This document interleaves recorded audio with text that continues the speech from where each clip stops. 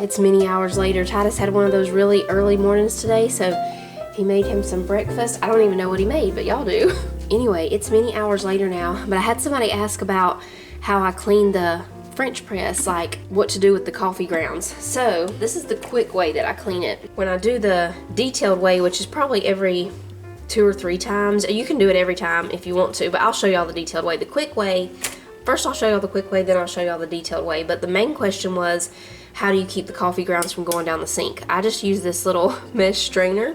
So you pour the coffee through, and the grounds, it'll, you know, they'll just go right in there. And you can save them to use for different things. If you throw them away, then you just let them strain right here, and then you can just throw them away. I just rinse it a few times to get all of them out of there. And there you go. No coffee grounds down the sink. I mean, there will still be a few, but, you know, not that many. So then I just sit this over to the side to let them dry. And the quick way that I clean the French press is I'll just put a little dish detergent in here. Doesn't take much. And I fill it up to about right here. And I take this, and put it in there, and I just go up and down with it like that. It cleans the side of the French press and cleans the little press thing itself. And then I just rinse it. So that's the fast way that I clean it. Every probably 3 times or so that I use it, I take this completely apart and really clean it. All you have to do for that is just twist it off with this. And all these pieces come apart, and then you can really scrub. But even cleaning it the fast way, it gets really clean. So that's why I only do this about, you know, every 3 or 4, 2 to 4 times or so. And then just rinse that out. This also comes out if you want to take this whole thing out and clean them separately. You can do that. That's it. That's all I do. And then, like I said, you can use the coffee grounds for whatever. I think some people put them in their gardens, or I don't know. Y'all tell us down below what you use old coffee grounds for. I've heard lots of different things, but the garden one is the only one I can think of right now.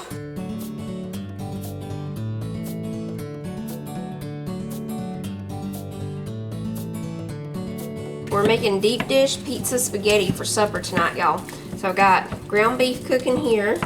I'm about to chop up an onion and some green bell pepper to cook in here with the ground beef, and I've got the water getting ready over here for the spaghetti.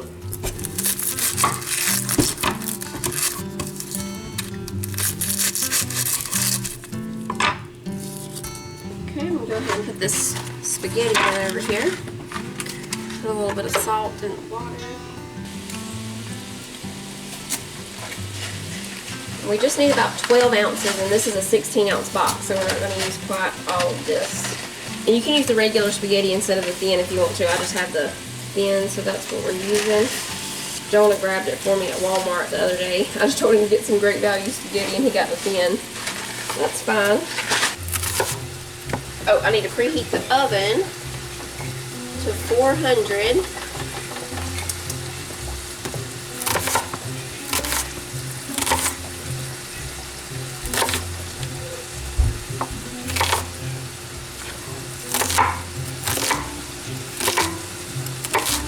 I'm going to go ahead and put this onion in here with the ground beef.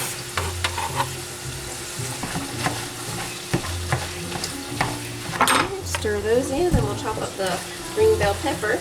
Can I get some extra cheese? Extra cheese? When I get to the cheese, you can. Okay. Can you go get me the cheese, Manny? Yeah. It's the kind. Said I will get it. It's the mozzarella, and it's already shredded. It's in a bag already shredded. We're going to put most of this bell pepper in here, but we're going to save just a little bit of it to sprinkle over the top before we put it in the oven. Thank you, sir.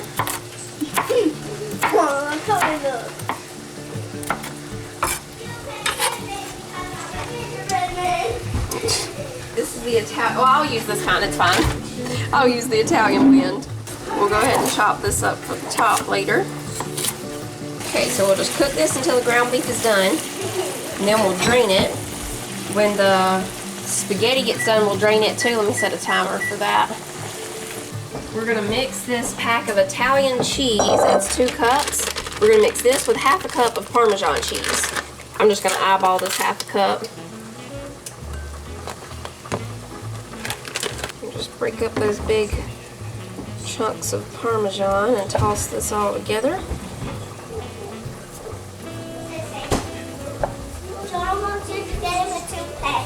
We need this can of tomato sauce and the big can of crushed tomatoes. And we're gonna need some Italian seasoning. There we go. Thank you, Sissy. The ground beef is almost done. We'll go ahead and get these cans opened. I think this is gonna be really good. It's mixing 2 kid favorites, spaghetti and pizza. Okay, we put in the tomato sauce and the can of crushed tomatoes. We're putting in some garlic powder, about a teaspoon, a tablespoon of Italian seasoning, just a little bit of black pepper, and about a tablespoon of sugar. Okay, now we're just going to let this simmer for about 5 minutes. I'm going to drain the spaghetti, and then we'll be ready to start layering everything in the casserole dish. I'm going to spray a 9x13. Okay, so we got the spaghetti drained. We're going to put the sauce in here and mix all this together.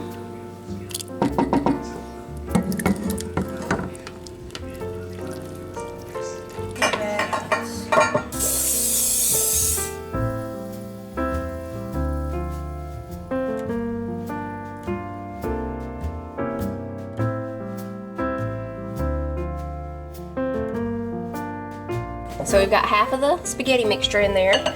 Now we're going to put half of the Italian cheese and Parmesan mixture.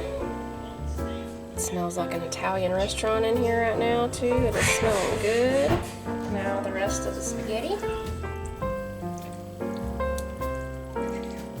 Okay, now we're going to put the rest of the cheese.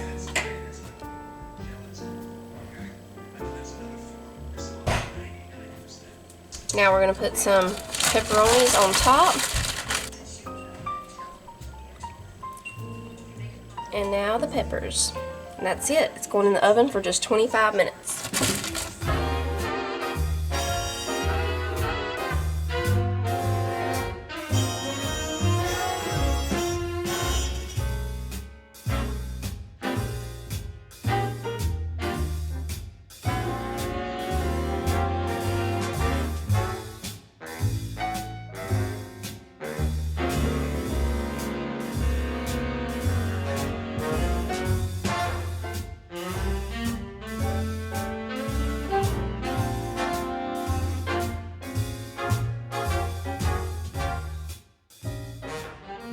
It's great, y'all. It's just what you would expect. Deep dish pizza, spaghetti, put together equals good.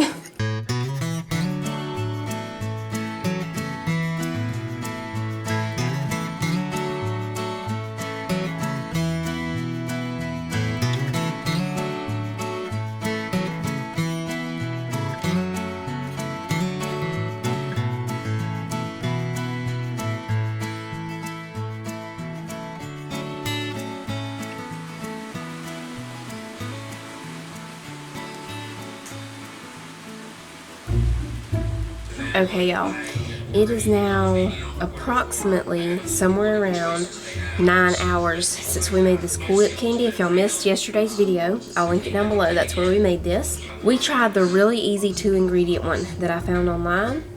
It didn't work. You can't pick them up, like they're still just really mushy, see? We're still finishing up Christmas books around here, huh? This one is a Can You See What I See book. We got it from, I'm pretty sure we got it from the Blue Ridge toy store last year. The guy there that was working there recommended it. It was the night before Christmas when all through the house not a creature was stirring, not even a mouse.